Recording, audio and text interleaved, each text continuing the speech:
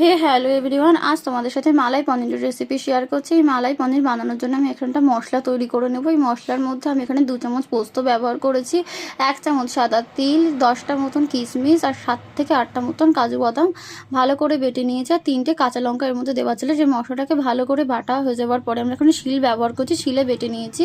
নেবার পর আমরা পনিরটাকে কেটে নেব। পনিরটা কাটা হয়ে গেলে একটা কড়াইতে সাদা তেল আর 1 চামচ ঘি গরম করতে দিয়েছি। এরপর এর মধ্যে শুকনো লঙ্কা, তেজপাতা, 1/2 চামচ সাদা তিল আর ছোটো এলাচ ফোড়ন দিয়েছি। দেওয়ার পরে মশলাটাকে ভালো করে কষিয়ে নিয়েছি। মশলাটা কষানোর সময় পরিমাণ মতো নুন আর চিনি ব্যবহার করেছি। মশলাটা কষানো হয়ে যাওয়ার পর আমি এর মধ্যে 1 বাটি ঘন দুধ দিয়েছি। দিয়ে মশলাটাকে যখনই দেখবো এটা ফুটে গেছে, তারপরে আমি এখানে পনিরগুলো দিয়ে দেবো। পনিরগুলো 10 থেকে 15 মিনিটের জন্য আমি এখানে রান্না হতে দেবো। যখনই দেখবো যে এটার থেকে আস্তে আস্তে করে তেল ছেড়ে দিয়েছে, তাহলেই আমাদের মালাই পনিরের রেসিপি রেডি। আমার ভিডিও যদি তোমাদের ভালো লেগে থাকে, প্লিজ একটা লাইক, শেয়ার অ্যান্ড সাবস্ক্রাইব।